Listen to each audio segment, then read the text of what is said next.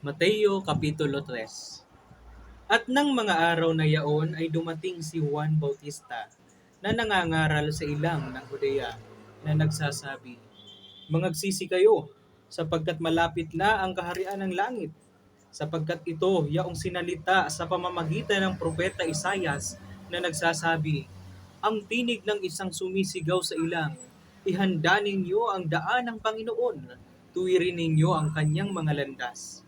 Si Juan nga ay nananamit ng balahibo ng kamelyo at may isang pamikis na katad sa palibot ng kanyang baywang, at ang kanyang pagkain ay mga balang at pulot-pukyutan.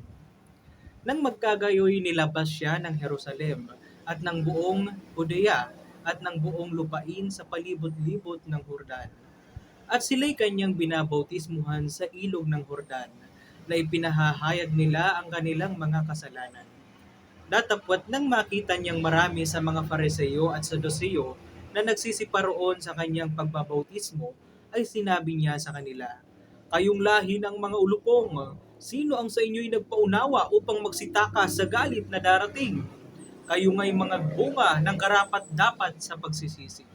At huwag kayong isip na mangagsabi sa inyong sarili, si Abraham ang aming ama, sapagkat sinasabi ko sa inyo na mangyayaring makapagpalitaw ang Diyos ng mga anak ni Abraham sa mga batong ito. At ngayon pa'y nakalagay na ang palakol sa ugat ng mga punong kahoy, ang bawat punong kahoy nga na hindi nagbubungang mabuti ay pinuputol at inihahagi sa apoy. Sa katotohanan ay binabautismuhan ko kayo sa tubig sa pagsisisi. Datapwat ang dumarating sa hulihan ko ay lalong makapangyarihan kaysa akin, na hindi ako karapat dapat magdala ng kanyang pangyapak. Siya ang sa inyo'y magbabautismo sa Espiritu Santo at apoy. Nasa kanyang kamay ang kanyang kalaykay, at lilinisin niyang lubos ang kanyang giikan, at titipunin niya ang kanyang trigo sa bangan. Datapwat ang dayami ay susunugin sa apoy na hindi mapapatay. Nang magkagayoy na paroon si Jesus mula sa Galilea at lumapit kay Juan sa ilog ng Jordan upang siya'y bautismuhan niya. Datapwat ibig siyang sansalain ni Juan na nagsasabi, "Kinakailangan ko na ako'y iyong bautismuhan at ikaw ang naparirito sa akin?" Ngunit pagsagot ni Jesus ay sinabi sa kanya, "Payagan mo ngayon, sapagkat ganyan ang nararapat sa atin ang pagganap ng buong katwiran." Nang magkagayoy pinayagan niya siya.